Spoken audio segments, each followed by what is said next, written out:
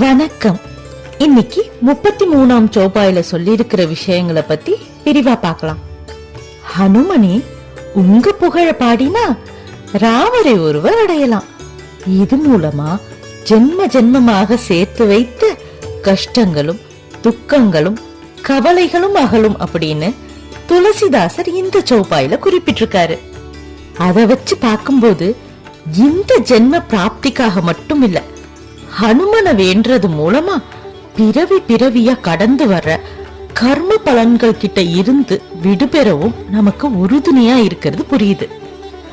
இங்க ஜனம் ஜனம் அப்படிங்கறது மூலமா மறுபிறப்பு அப்படின்ற கான்செப்ட பத்தி குறிப்பிட்டிருக்காங்க. மறுபிறப்பு மற்றும் கர்ம பலனை பத்தி நாம ஆழமா புரிஞ்சிக்கவும் மத்த கல்ச்சர்ல இருந்து இந்து கல்ச்சர் எந்தெந்த இடத்துல வேறுபட்டிருக்கு அப்படின்றதையும் கம்பேரிட்டிவ் ஸ்டடி மூலமா பார்க்கலாம். யூதர்கள், கிறிஸ்துவர்கள் மற்றும் இஸ்லாமியர்கள் எல்லாரும் ஒரு வாழ்க்கை, அதாவது ஒன் லைஃப் கல்ச்சுரல் ஹேபிட்ஸ் சார்ந்தவங்க.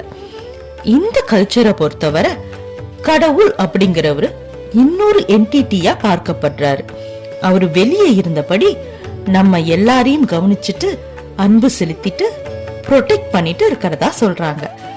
கடவுளோட செய்திகளை அவங்களோட தூதுவர்கள் மக்கள் கிட்ட கொண்டு போய் சேர்ப்பாங்க.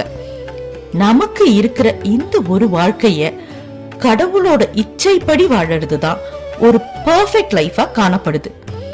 இந்த கான்செப்ட்ல கர்மம் அப்படிங்கிறது செய்யற ஆக்ஷன்ஸ மட்டும்தான் குறிக்குது. ஆனா புத்திசம், ஜெயினிசம், ஹிந்துயிசம் இவங்க எல்லாருமே மல்டி லைஃப் கல்ச்சரை சார்ந்தவங்க. மறுபிறப்பு மேல நம்பிக்கை உள்ளவங்க. அகம் ஆத்மால ஆத்மா அழிவில்லாதது, அகம் மட்டுமே மாறுபடத்தக்கது அப்படின்னு சொல்றாங்க.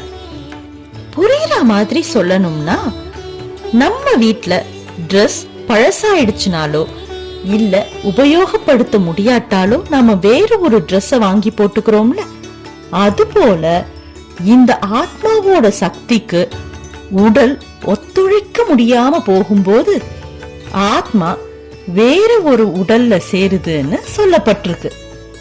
சரி, எதுக்காக இந்த ஆத்மா வெவ்வேறு உடல்ல சேர்ந்து தன்னோட பயணத்தை செய்யுது? அதனோட பர்பஸ் என்னன்னு யோசிச்சு பார்த்தா, நம்முள் இருக்கிற கடவுளை நாம உணர்றதுக்குத்தான் அப்படின்னு பல ஞான நூல்கள்ல குறிப்பிட்டிருக்காங்க. இங்க கடவுள் அப்படிங்கிறவரு தனி என்டிட்டி கிடையாது, நம்முள் இரண்டரை கலந்து இருக்காங்க. அத உணர்றதுதான் முக்தி பாதையோட நோக்கமா காணப்படுது. ஆத்மா எல்லாமே பரமாத்மாவின் அங்கமா இந்த கான்செப்ட்ல சொல்லப்பட்டிருக்கு. சரி, அப்போ கர்மா கர்மா அப்படிங்கிறது நாம செய்யற செயலை மட்டும் குறிக்கல, அதோடு சேர்ந்து இந்த கான்செப்ட் பிரகாரம் ரியாக்ஷன்ஸையும் குறிக்குது. அதாவது இந்த ஆத்மா அதோட தேடல்ல செய்த எல்லா ஆக்ஷன்ஸோட ரியாக்ஷன்ஸையும் கர்மான்னு தான் சொல்றாங்க. அந்த கர்ம பலனால தான் நமக்கு வாய்ப்புகளோ இல்ல அச்சுறுத்தல்களோ வருதுன்னு சொல்றாங்க.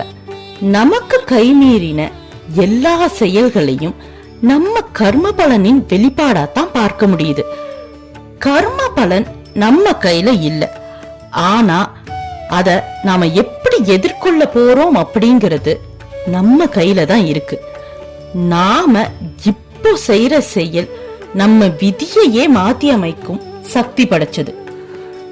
மிக பெரிய அதிர்ஷ்டம் வந்தாலும் சரி, கடும் துயரமே வந்தாலும் சரி, தர்ம வழி மாறாம கர்ம யோகியா நித்தம் ஹனுமன் நம்முள்ளதான் இருக்காரு அப்படிங்கிற சிந்தனையோட ஆத்ம பலத்தோட வாழ்ந்து வந்தாலே நம்மோட துக்கங்களை போக்கி ராமர், அதாவது பரமாத்மாவை அடைய உறுதுணையா இருப்பாருன்னு இந்த சௌப்பாய நாம புரிஞ்சுக்கலாம். சரி, இப்போ இந்த ஸ்லோகத்தோட ஆர்டர் வைஸ் மீனிங்க ஒரு தடவை பார்த்துடலாம். துமாரே பஜன, உங்கள் பாடல்களே, ராமகோ பாவை, ராமரை அடையும் பாதை. ஜனம ஜனமக்கே, ஜென்ம ஜென்மமாய் இல்ல பிறவி பிறவியாய் சேர்த்து வைத்த துக்க பிசராவை, துக்கங்களை அகற்றுவீர்கள் அப்படின்னு ஹனுமனை பத்தி துளசிதாசர் இந்த சௌப்பாயில குறிப்பிட்டிருக்காரு. நன்றி.